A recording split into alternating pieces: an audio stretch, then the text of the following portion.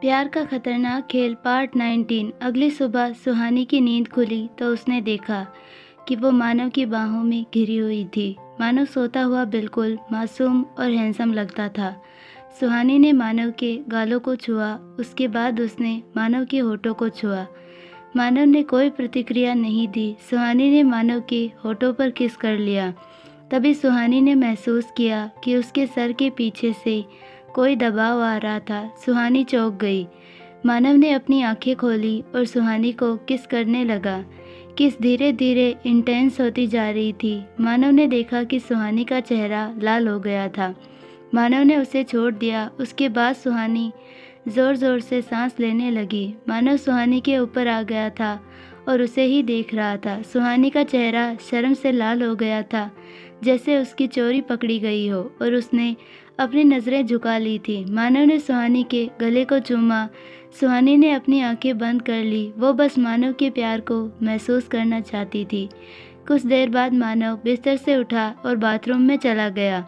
सुहानी थक कर सो चुकी थी। जब सुहानी की आंखें खुली तब दोपहर हो रही थी। सुहानी ने अपने मोबाइल में समय देखा, 12:15। अरे बाप रे, क्या मैं इतनी देर तक सोती रही? दादी क्या सोचेगी? ये सोचकर सुहानी परेशान हो गई। उसी समय दरवाज़ा नॉक हुआ। कौन है? सुहानी ने सवाल किया। मैं हेमा हूँ। क्या आप लंच कमरे में ही करेंगी या डाइनिंग रूम में आएंगी? हेमा ने सवाल किया। मैं डाइनिंग रूम में ही करूँगी, बस आ ही रही हूँ, सुहानी ने जवाब दिया और बिस्तर से उठकर बाथरूम में चली गई और जल्दी से नहाकर बाहर निकली। डाइनिंग रूम में सुहानी ने जैसे ही डाइनिंग रूम में कदम रखा, माधवी ने मुस्कुराते हुए उसे विश किया और बैठने को कहा। मीनाक्षी जी ने भी एक मुस्कुराहट दी। सुहानी चेयर पर जाकर बैठ गई। आज सुहानी की प्लेट में माधवी ने खाना सर्व किया था। सुहानी हैरानी से बस उसे ही देखती रही। क्या हुआ, तुम्हें भूख नहीं है? माधवी ने सुहानी को खुद की ओर घूरते हुए देखकर सवाल किया। उसके बाद सुहानी ने अपनी नज़रें झुका ली और अपना खाना शुरू कर दिया। वैसे तुम्हारा आज का प्लान क्या है? क्या तुम शॉपिंग करना चाहोगी? क्योंकि मैं शॉपिंग करने जाने वाली हूँ, और अगर तुम मूवी देखना चाहो तो हम वो भी कर लेंगे। वैसे कौन सी मूवी देखना चाहोगी तुम? माधवी ने मुस्कुराते हुए सवाल किया। इस बार तो आर्यन और राहुल भी उसे हैरानी से देखने लगे, क्योंकि उन्हें माधवी का ये बदला हुआ रूप कुछ समझ नहीं आ रहा था।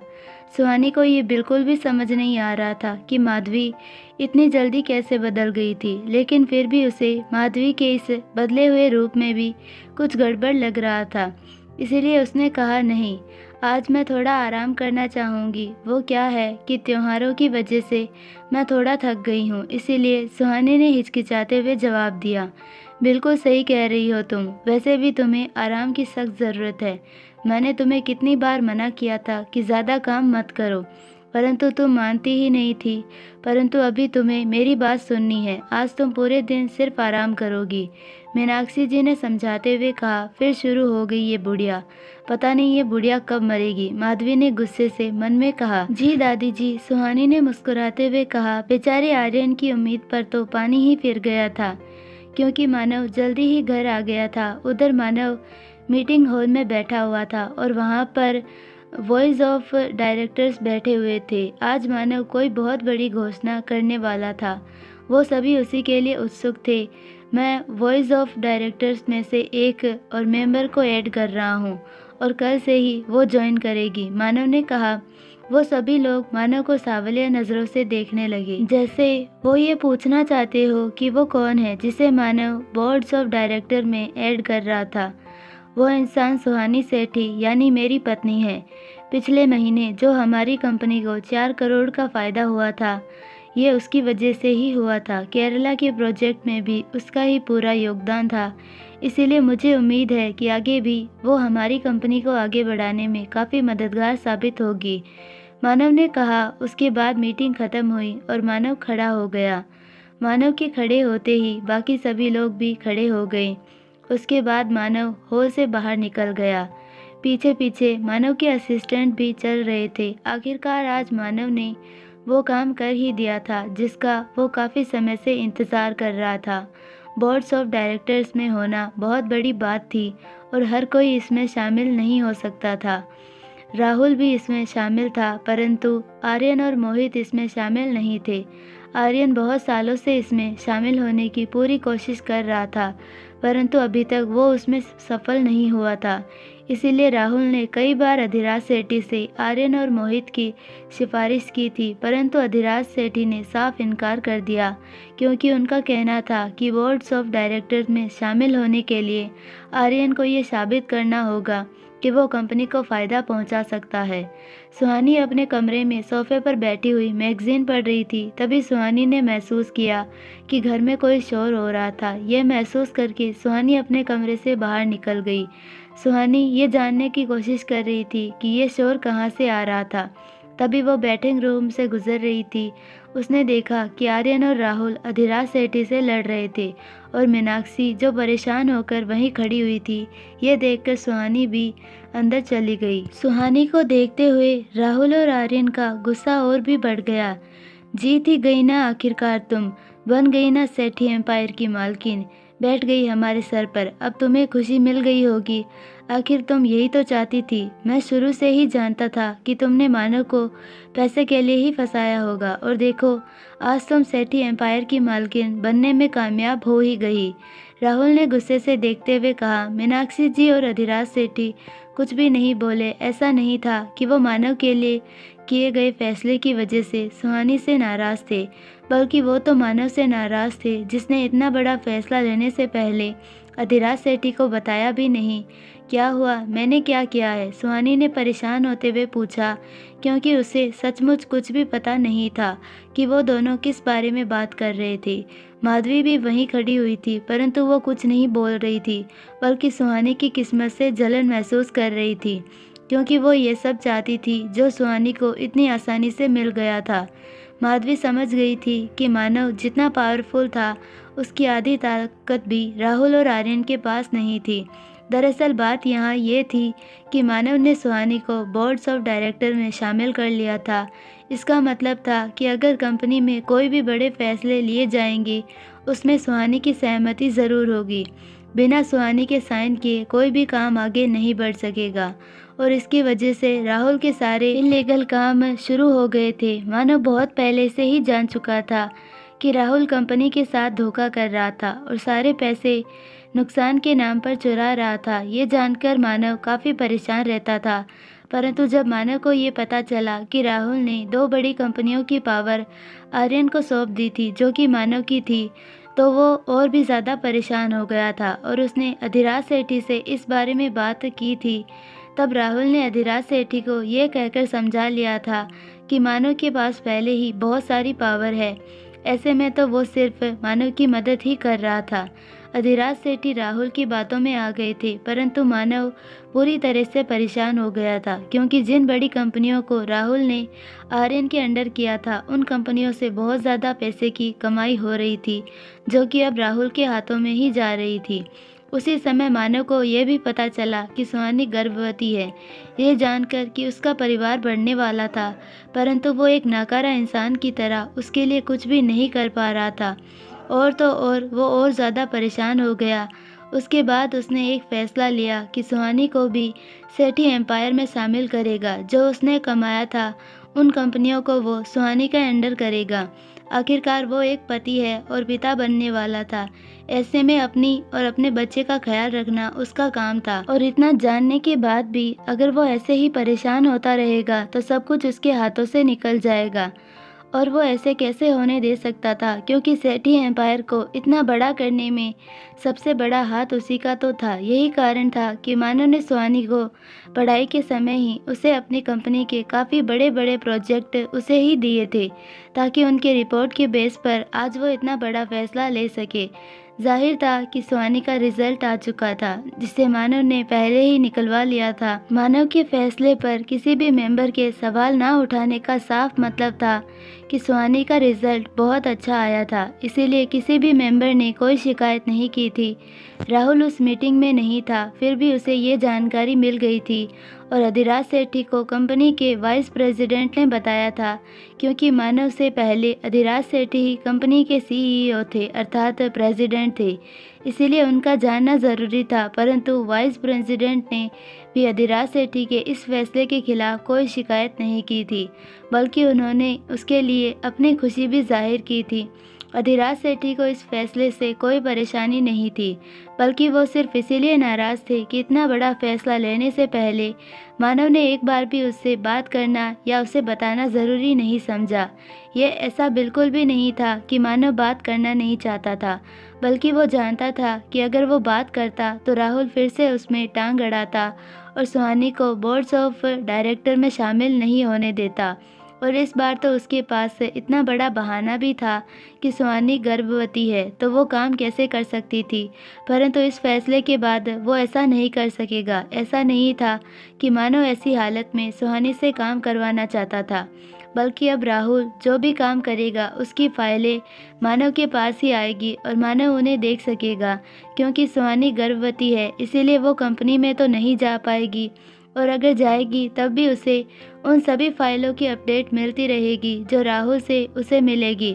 मानव अधिराज सेठी से नाराज़ बिल्कुल भी नहीं था, बल्कि उसे अपनी पत्नी और होने वाले बच्चे के भविष्य की चिंता थी।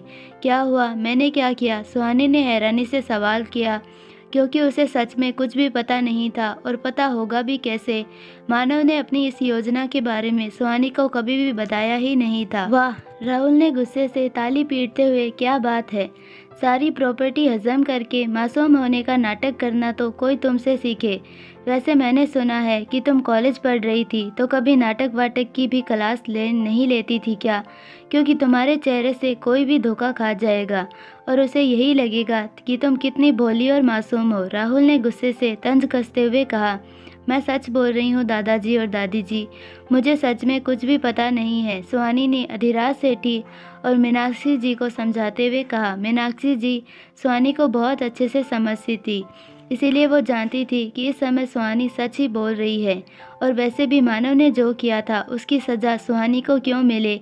मुझे लगता है कि सुहानी सच बोल रही है, उसे कुछ भी पता नहीं है, और मानव ने जो किया उसके लिए आप सुहानी को क्यों दोष दे रहे हैं? एक बार मानव घर आ जाए फिर आप सब बात कर लेना। मीनाक्षी जी ने बात को संभालते हुए कहा।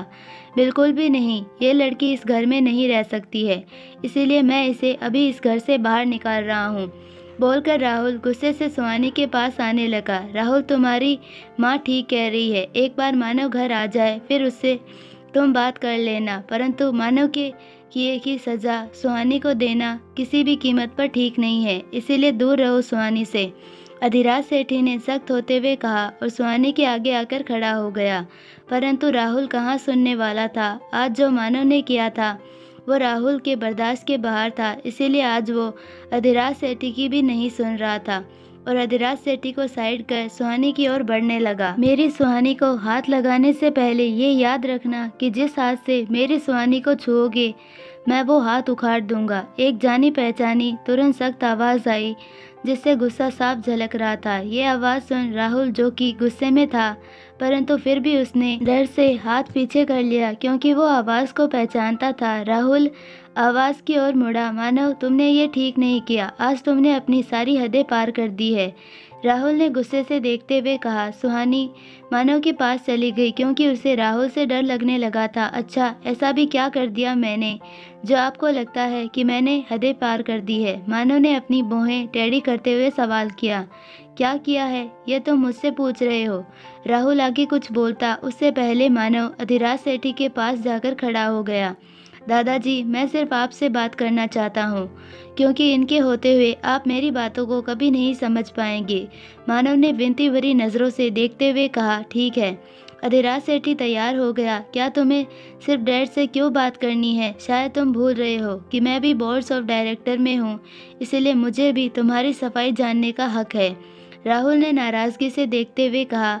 इन बातों में बोर्ड्स ऑफ डायरेक्टर्स की ज़रूरत नहीं है, क्योंकि मैं ये बात एक नया प्रेसिडेंट अपने पुराने प्रेसिडेंट से करना चाहता है, जिसमें किसी तीसरे की ज़रूरत नहीं है, मानव ने जवाब दिया। ये सुनने के बाद राहुल का मुंह बंद हो गया और वो गुस्से से मानव और अधिराज सेठी को जाता हुआ देखता रहा।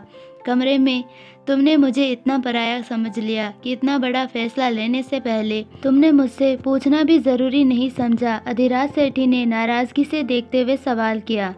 सुहानी अपने कॉलेज की स्कॉलर थी, परंतु उसने अपने सपने को सिर्फ मेरे लिए दबा दिया था। कुछ साल बाद जब मुझे ये पता चला, तब मैंने उसकी पढ़ाई पूरी करवाई और उसका रिजल्ट ये देखिए।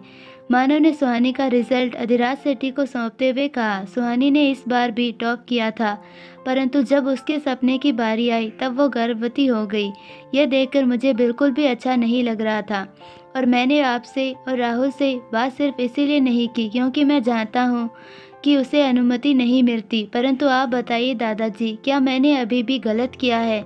मानव ने सफ़ेद झूठ बोलते हुए कहा, क्योंकि वो जानता था कि सच का क्या नतीजा होने वाला था। अधिराज सेठी को मानव की बात समझ आ गई और उनको मानव गलत भी नहीं लगा। ठीक है, मैं तुम्हारी बातों को समझ सकता हूँ, परंतु तुम्हें भी ये समझना चाहिए कि सुहानी गर्भवती है और ऐसी हालत में तुम्हें उसका ख्याल रखने की ज़रूरत है।